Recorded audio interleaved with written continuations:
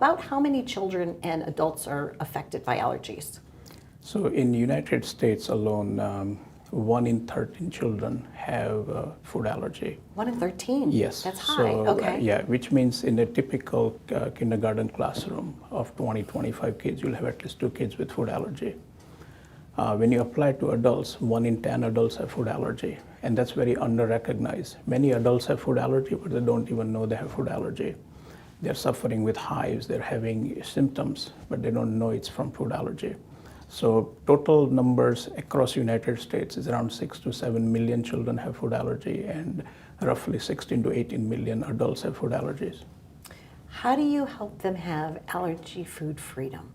What does that mean to you? Because we were talking about it a little bit back in the back room, and I was like, wow, freedom, that word is so powerful. And how can you help them do that? What is that? So we have reached a point in science now that children and adults with food allergy do not need to live like that for the rest of their life. Think of a child who has a peanut allergy, who wants to go to Yankee game or Mets game. Now we have peanuts everywhere. That child cannot have that experience. So for me and my team, what it means is how can we do something not only can help that child not have the risk of having a reaction, but also get them to a quality of life that they deserve. So that's what it means to me as a freedom. I want child and every adult in a family with food allergy be able to do what they want to do in life. They have potentials. They want to do things in life, but food allergy is capping that potential. And I want to remove that cap.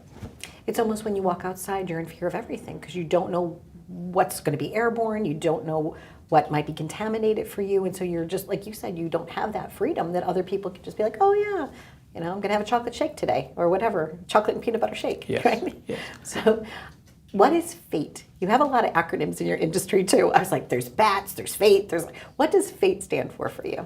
So in food allergy, there are many ways to help children and adults with food allergy. But we found a way to put it all together, and we name it as a FATE, F-A-T-E. It is Food Allergy Tolerance Enhancement. Okay. So when someone can eat the food, that's called tolerance. And those who have food allergy, they cannot eat the food. So our process allows them to get to a point from being food allergic to tolerant to the food. And there are different ways to do that. The whole system is called FATE program.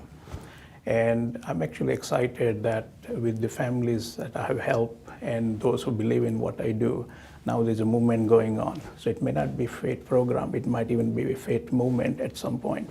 And I'm excited about that. And are you one of the founding people, like the founding physicians that are doing that? Yeah, so okay. We are the first practice in the state of New York to do that. Wonderful. And I have been among first 10 or 12 physicians or allergists across the United States to implement that. Wow. But what I learned, we have put it together into more comprehensive program. A lot of doctors told me the same thing. They all said that I had to avoid it. I had to tell the restaurants that I couldn't eat it.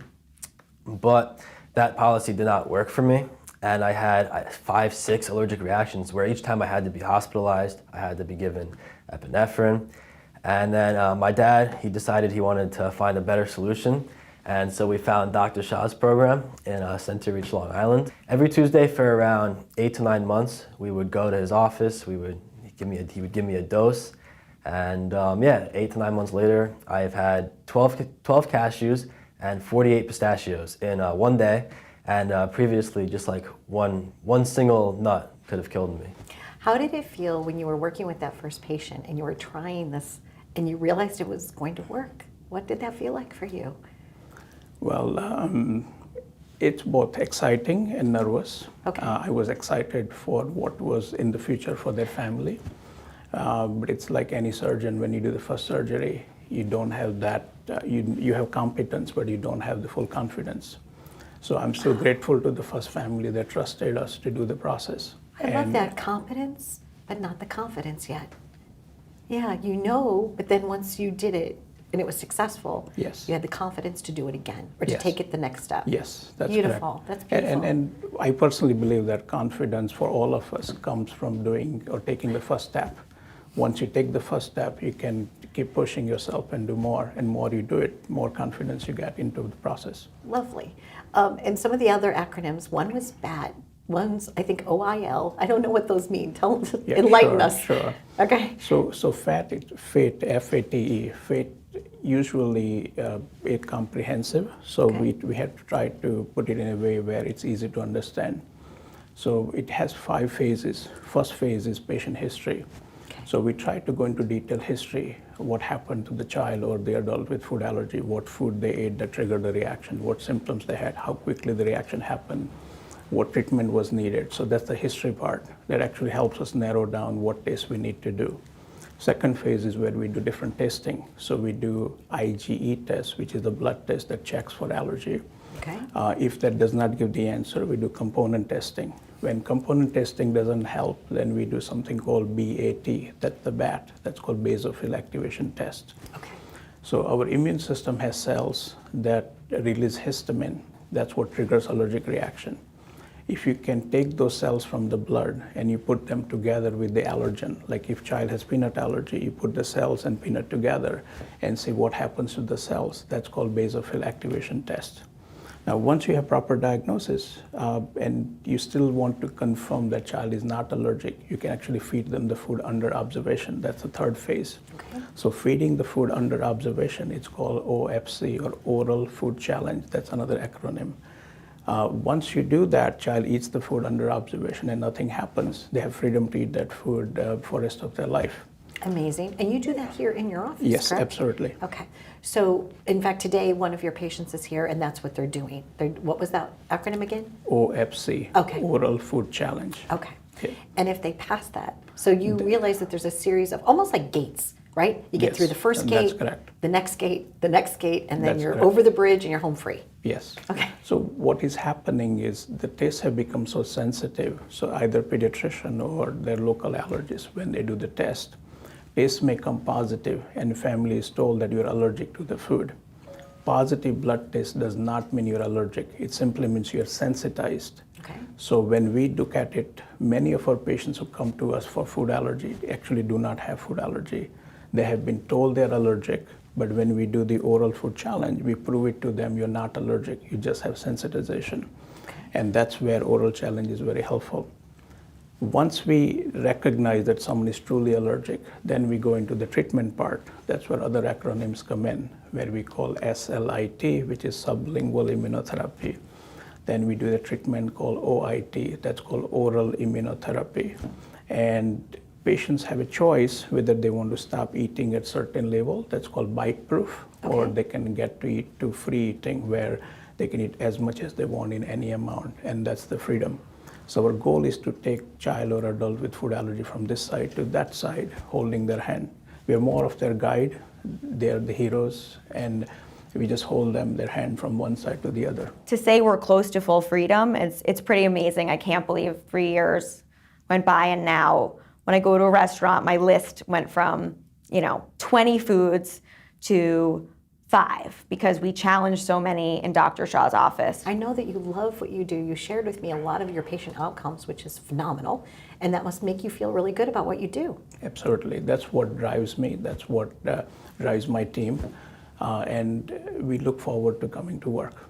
What is one of the most complicated cases that you faced? What was a challenging time for you? When you're like, I just want to hit a grand slam. I'm going to go around all the bases and we're going to figure this out. Was there somebody that had symptoms that Yes. presented to you that you were like, not sure if I can help you, but I'm going to try? Yeah, so Okay. this is where my passion for food allergy actually began. Okay. So up to 2011-12, I was practicing general allergy. I'm a board certified allergist, like any other allergist. We will help with eczema, allergic rhinitis, dog allergy, cat allergy, asthma. But a family that came to me in 2012, where both father and mother are doctors, they had been to 3 major institutions. Their son at that time was 12 years of age. While they were in Colorado, accidentally, a chef at a hotel made a mistake and he had anaphylaxis, to the point he required ICU admission because he was intubated. Now, I have new family that I'm meeting for the first time where physicians, parents are physicians, and they're actually crying in my room that we have done everything we could. We were told to avoid the peanut. We carry EpiPen. We went to the best institution, best doctors, and we as physicians are feeling helpless for our own 12-year-old son. So something moved, and I said, maybe give me 6 months' time, I'll find a solution for you. That was one promise I made to that family that led to starting this process. Thank you. Thank you for sharing that, because that actually impacted me. So, so it was because of that moment. Yes. Okay. And that child, the end of the story is right now is in second year of college in California and having freedom, enjoying life, eating freely. So that story, that promise I made, led me to do more homework, reach out to physicians. There were a couple of studies published at that time, looked into that science, visited some pioneers in the field who were trying different things, traveled outside the United States to learn, and brought all that together and started with my first patient. And that family was my first patient. Overall, in your entire practice, what's happening now? What's on the cutting edge that you're exploring and that you're implementing? We're very, very excited to be where we are and what's coming. It began with one patient's journey where we saw the results. We have translated into now we have helped 15,000 families so far. Wow. with food allergies. So 15,000 food allergy families are living peacefully because of our team's effort. I was there with him right side by side when he said, nope, no allergy. It's just life-changing. The program itself, when you think about what it can do, in the 8 months we participated until I watched Spencer eat 48 nuts in front of me, and he got to pick out his favorite ice cream and chicken and cashew meal that he hasn't had since he's like 5 years old. Like, when you think about the program, it's dedication on the patient.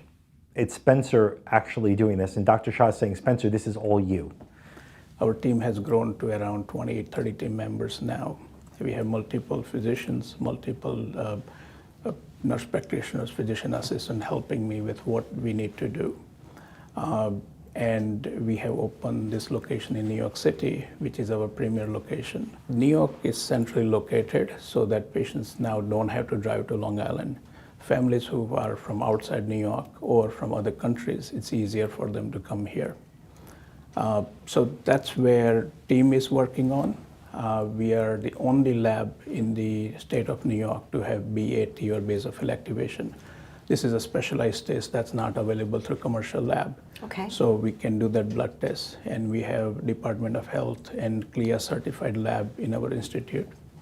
And we have found someone who believes in what we do to take this concept to larger masses.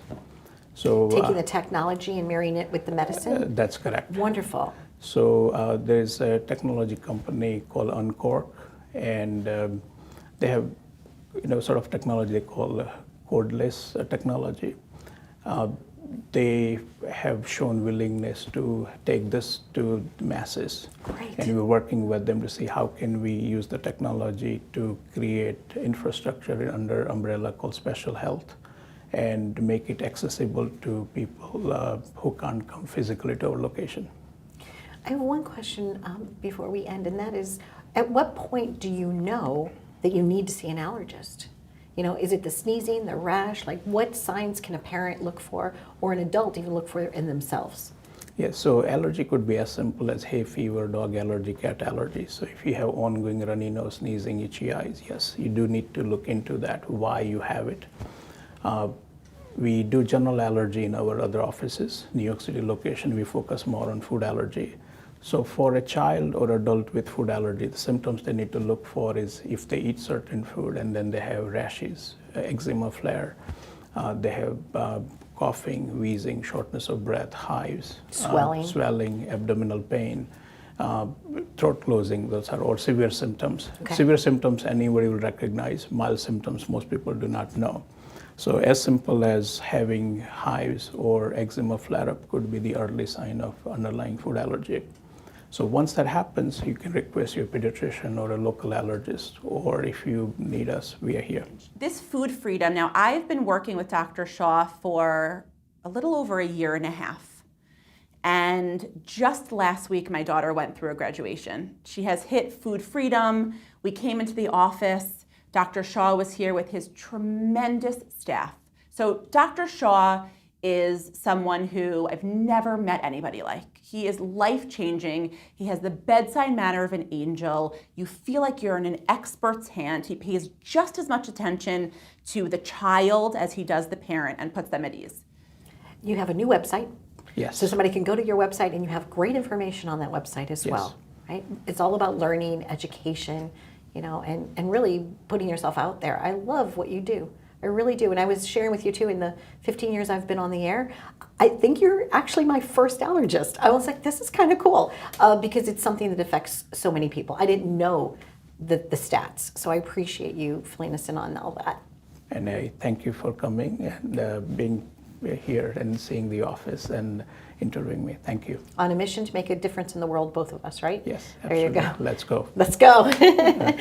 Thank you so much for watching, and please go to their website if you need more information. He was sincere when he said just give them a call. Thanks for watching.